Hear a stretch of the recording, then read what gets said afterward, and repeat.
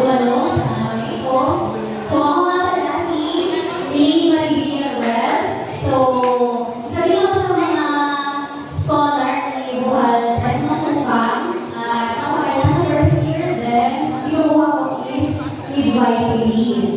So, ngayon, ating tatalakayin o pag-aaralan is gender awareness naman. Gender awareness and expression. So, sino ba sa inyo ang may idea kung ano ang gender awareness? Emily? Sino sa inyo ang may alam? Wala? Wala kang may idea? So, baka po yung SK natin ay may idea, no? Baka, meron kung gusto nga dyan, kung ano ba ang gender awareness para may idea sila yan.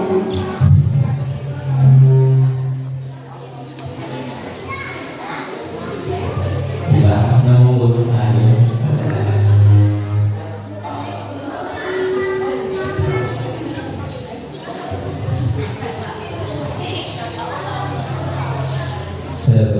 Gender awareness. Alam ko na. So, sa madaling salita, tatanungin ko kayo ano ang gender. Kasarihan. Pag sinabing gender awareness, ano yung awareness? Ano yung awareness? Awareness. Ha? Ha? Ano? Awareness. Ano?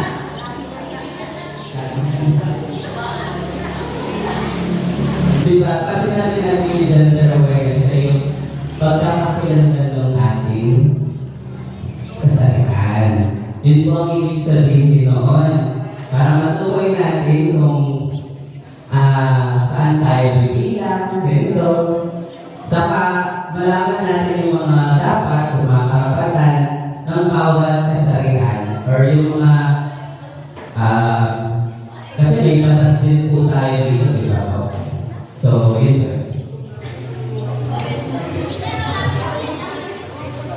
So, salamat sa ating SK Chairman sa kanyang ibahagi about sa gender awareness.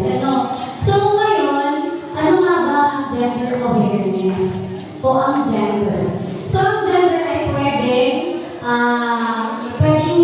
dalawa or ang tinatawag natin ito, pwedeng natin sabihin na ako ay babae o ako ay lalaki. Pero ang gender ay hindi lamang umiikot sa dalawang kasarihan. Pwede ang gender ay kung paano natin nakikilala ang ating sarili. Hindi lamang babae, lalaki. Pwede rin tayo ay bangga or tomboy. So, ang gender ay ano nga ba ang gender? Gender is an identity learned over time and varies across culture.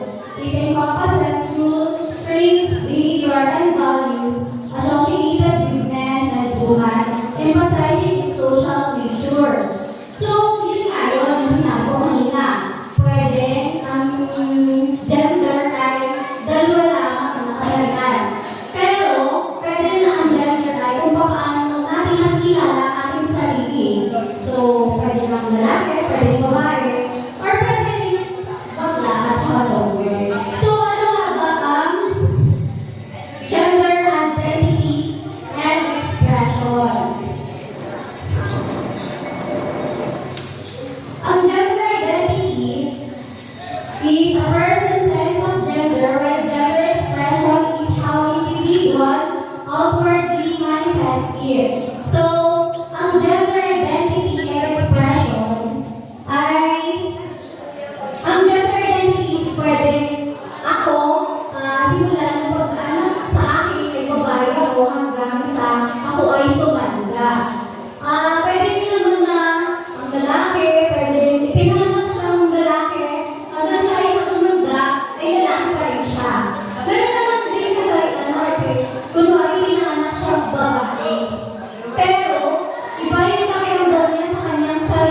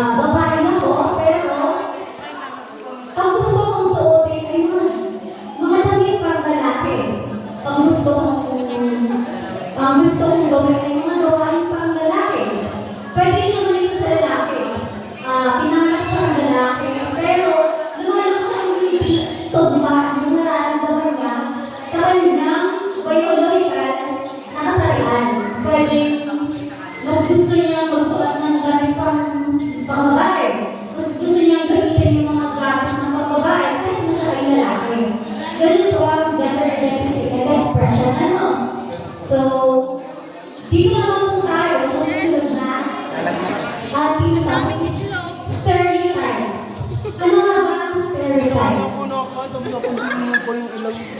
lahat ng bata i-apply namin. Ayun pansit. Bigay din natin sa mga bata. Okay. Kitang-kita rin din natin. Ang stereotypes ay ang pangkalatang pag-ugali na asahan tungkol sa kasalanan hindi kinakailangan totoo o makatotohanan. Halimbawa dito, na ang gawain ng lalaki ay hindi kaya ng mga babae. Paano ba kayo nun? Siyempre, ang mga babae hindi pa paano nun. At yung mga gawain ng babae ay hindi kaya gawin ng mga lalaki. Okay lang ba yun sa inyo? Di ba? Hindi. Kasi kung lang natin ngayon, ang kaya gawin ng babae ay kaya na rin gawin ng mga lalaki. At ang kaya gawin ng lalaki ay kaya na rin gawin ng babae. Tama po ba? Tama po. Sino po ang ano? Sino po ang ano? Tawag doon? Sino ang hindi sangayon? Wala?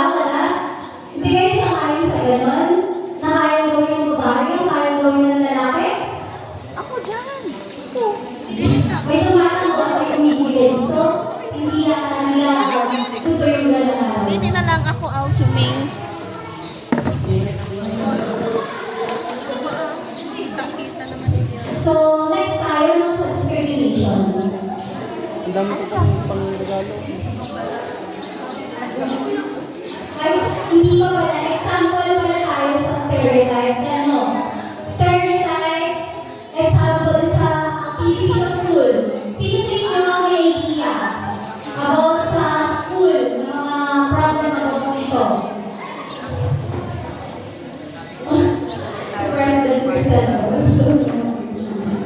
Wala. Saan tayo? So, sa school kasi, minsan kasi may mga activity na parang mas inaano nila na mas, ano ba sabihin mo? Parang, May pa-excipian sila. May pa-excipian. example sa school activities na hindi inaalaw ang girl na gawin yung para sa babae. So, saan?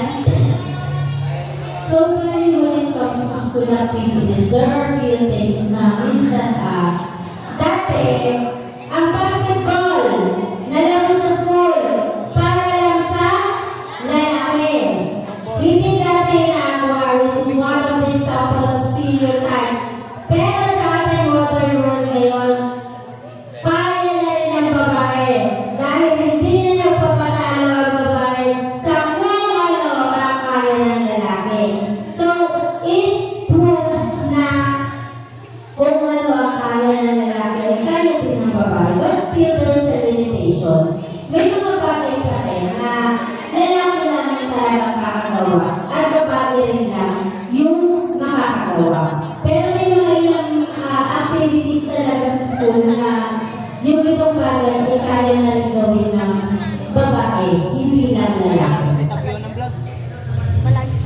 So, ayun na no, ang magandang idea ay magandang halimbawa yung natin. Kung nga naman sa school, kung sa sports talaga, mas na ano talaga nila, pagdating sa mga ganyan, is pag babae ka, doon ka na lang sa sports na mga babae.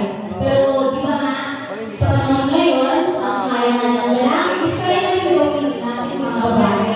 Ganun din naman sa lalaki. Ano? So, next tayo. Hindi ko pa nga ginawa dyan. Sa friends group, ayan. May mga grupo talaga na kunwari, yun yung mga lalaki. Kapag lalaki lang, gusto nila lalaki lang silang lahat. Gusto nila magtigas lang sila. Ayaw nila may parambot-lambot dyan. No? Tapos, sabi kasi ng mga babae, hindi ko naman nila lahat, pero karamihan, kapag mga ganyan, ayaw nila na may napapasama sa grupo nila ng mga bakla, ganyan. Alam niyo ba yun? Na gusto nila is babae lang. Ayaw nila na, ay, bakla to. So, ayaw namin kayo. Mas gusto namin puro kami babae. Ganon, di ba? So, sa social media naman. Ano? Social media. Gusto mo mag-share? Usually, sa social media,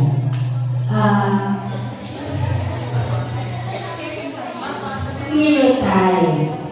So, sa social media, bakit nangyayari ang stereotyping? Sa babae.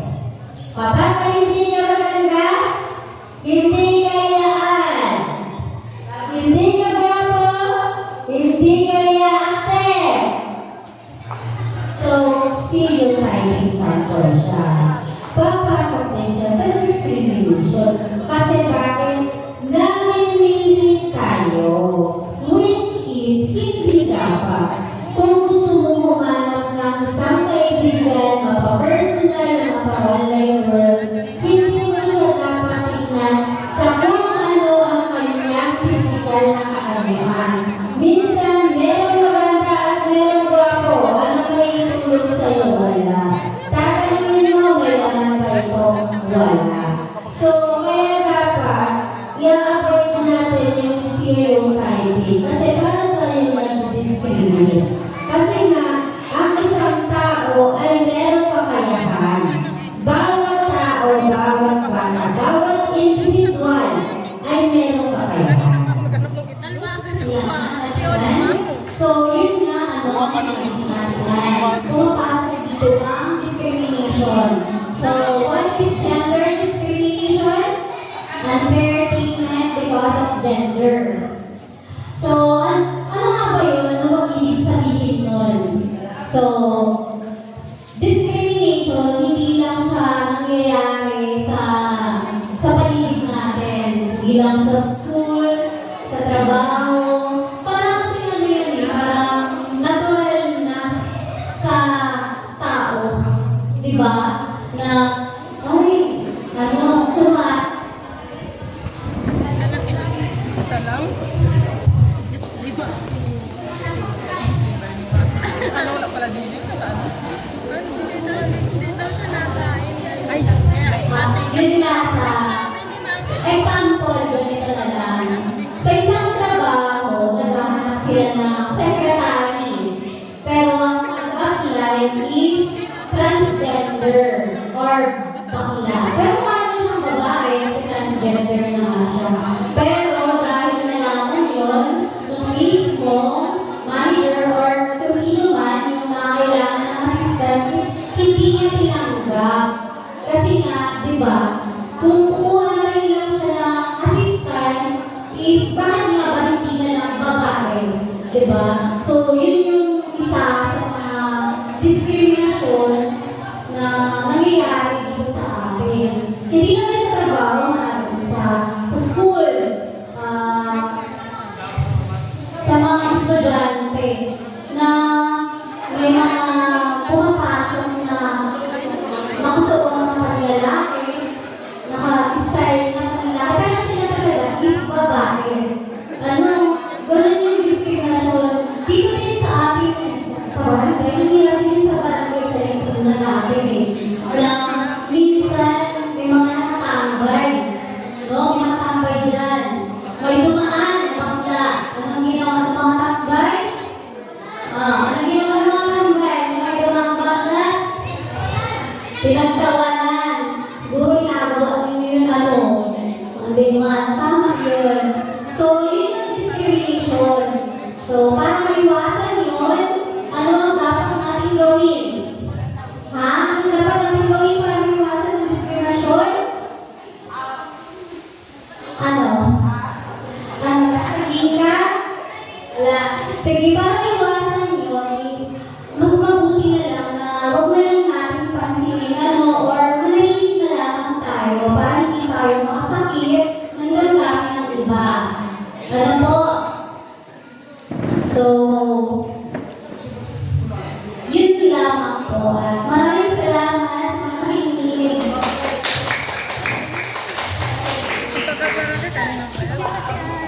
So, additional po sa gender, dito sa gender awareness.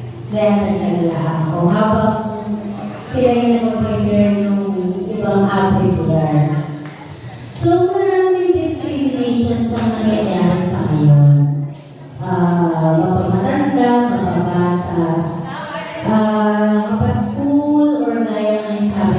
purity. So, dapat hindi natin humusgahan ng isang tao base sa kanyang physical na kaanyuan o sa kanyang dawin na pagsasalita. Kasi hindi natin alam kung ano yung kanyang saloorin. Kagaya naman ang sabi kanina dun sa una nating topic. Huwag natin isipin muna natin mabuti yung ating sasabihin, yung ating bibitawan o yung ating ipopost. Kasi bakit? Malaki ang epekto nito. So, palagay ninyo, pwede na ba ang digital awareness at ang gender sensitivity? Bakit? Sino nagsabing oo? Ay, may nakita ako. Yan ang gusto ko munang tanungin. Bakit?